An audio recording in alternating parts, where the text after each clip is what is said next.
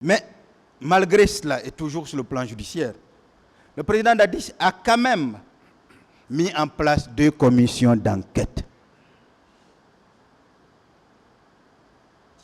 2 commissions d'enquête, lesquelles résultaient d'une médiation qui avait été amorcée par le président Blaise Compaoré. Ces 2 commissions d'enquête, l'une était nationale, l'autre internationale, même si pour le parquet, la commission nationale d'enquête indépendante n'est rien pour lui. Mais il l'a dit sans indiquer en quoi cette commission n'est rien pour lui. Mais nous prendrons 2 heures de temps pour uniquement démonter la prétendue commission d'enquête internationale ou le prétendu rapport de la commission d'enquête internationale établi en méconnaissance totale de l'histoire de la Guinée, en méconnaissance totale de la société de la Guinée, en méconnaissance totale même des informations scientifiques données dans le recensement dans les cas de démographie dans notre pays. Une commission établie en un laps de temps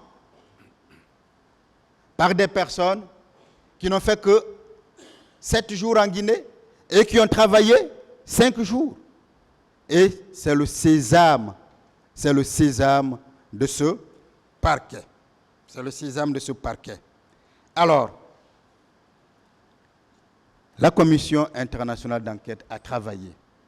Pensez-vous vraiment qu'un président, un gouvernement qui savent avoir mis en danger la vie des Guinéens, qui savent avoir participé à la commission de crimes aussi crapuleux,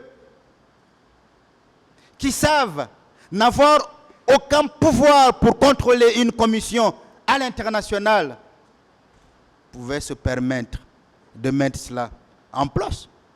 On vous dira encore ici que le pays était obligé. Mais ce qui est dérangeant, c'est quand ça vient de gens qui veulent diriger un jour le pays, qui oublient totalement la notion de souveraineté et qui pensent qu'en fonction de leurs intérêts du temps, les règles doivent changer et doivent être établies en leur faveur, qui pensent que si ce ne sont pas eux qui sont là, la communauté internationale peut bien obliger le pays, qui pensent que si c'est eux, si ce sont eux qui sont là, la communauté internationale ne peut pas obliger le pays. Monsieur le Président, est-ce que raisonnablement, on peut penser que cette commission aurait été mise en place si le gouvernement guinéen savait être responsable des massacres du 28 septembre? Est-ce que raisonnablement on peut penser que cette commission d'enquête internationale serait mise en place si le président Dadis savait que ces massacres ont été planifiés, coordonnés, organisés par lui, par son gouvernement, par le CNDD? Mais pourquoi va-t-il accepter et se mettre à la disposition de cette commission? Lui, chef d'État d'un pays souverain, accepte d'être entendu par des personnes étrangères. N'est-ce pas un autre symbole? N'est-ce pas un autre exemple? N'est-ce pas un autre acte qui doit inspirer?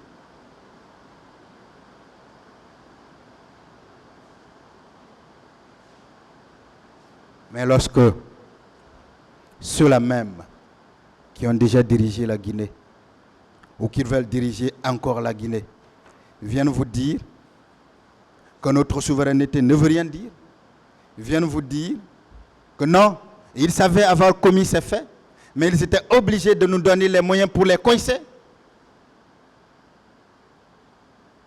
Pourquoi on devrait croire? Pourtant, ces commissions-là, ces 2, ont bénéficié de tous les pouvoirs Elles ont été investies de tous les pouvoirs. La commission d'enquête au niveau national a été investie de tous les pouvoirs de police et même de tous les pouvoirs d'instruction. Avant la mise en place de ces commissions,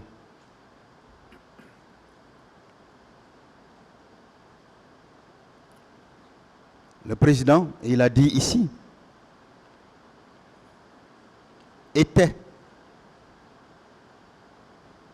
dans les dispositions de demander que des mesures soient prises contre ceux qui étaient allés au stade.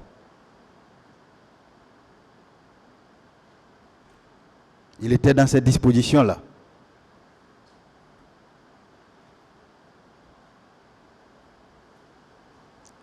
Tous ceux qui étaient allés au stade et dont les noms lui ont été révélés, il était dans les dispositions de prendre des mesures contre eux. Mais en acceptant la médiation, il acceptait aussi les obligations liées à cette médiation. Parce que la première médiation qui a réuni Blaise, le médiateur, Blaise Compaoré, le CNDD et les partis politiques, avait été claire. Suspendre l'interpellation tant dans les camps civils que dans le camp militaire. Pourquoi le président Dadis devrait violer les engagements pris et signés par le CNDD? Pourquoi lui, le premier responsable, ne devrait pas respecter ces engagements-là?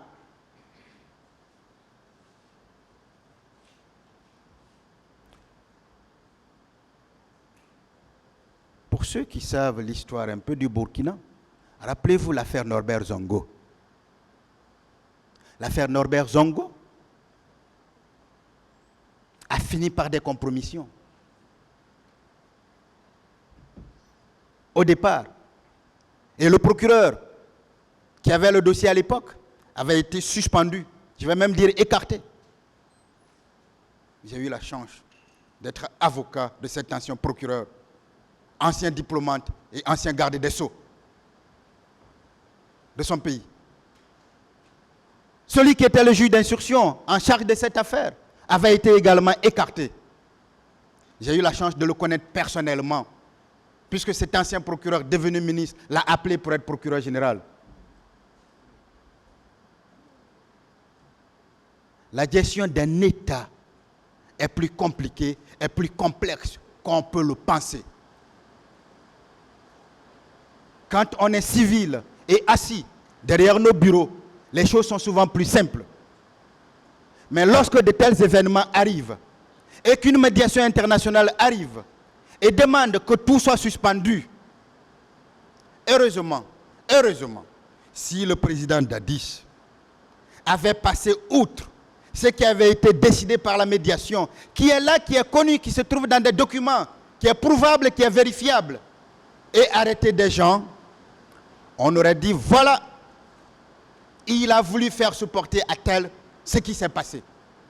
Mais c'est un légaliste. C'est quelqu'un qui a le respect de ses engagements. C'est quelqu'un qui respecte les lois, il a d'ailleurs prouvé. C'est quelqu'un qui respecte les accords. Les accords interdisant toute interpellation, il ne pouvait pas interpeller quelqu'un. Il ne pouvait pas interpeller quelqu'un. Est-ce qu'on peut bien lui reprocher cela? Monsieur le Président, messieurs les assesseurs, vous comprendrez que, encore une fois, sur ce plan-là, et seulement sur ce plan-là, puisque je parle de cela, on ne peut faire de reproches au président Dadis. Il a mis en place les deux commissions pour que lumière soit faite sur les événements du 28 septembre. Et avant même que les deux commissions ne présentent leurs résultats, il avait déjà fait l'objet de tentatives d'assassinat. Donc les résultats ont été pris en dehors de lui. Quelle influence pouvait-il exercer contre les auteurs de ces deux commissions? De toutes les façons, s'agissant de la commission d'enquête internationale, ce ne serait pas possible. Et il le savait. S'agissant de la commission d'enquête nationale, il n'était pas là. Il avait déjà fait l'objet de tentatives d'assassinat. Il était dans un premier temps au Maroc, avant d'être exilé à Ouagadougou, où il effectuait sa convalescence, où il ne gérait pas. Est-ce qu'il pouvait rester à Ouagadougou? Est-ce qu'il pouvait rester dans ce pays-là, influencer chaque membre de cette commission?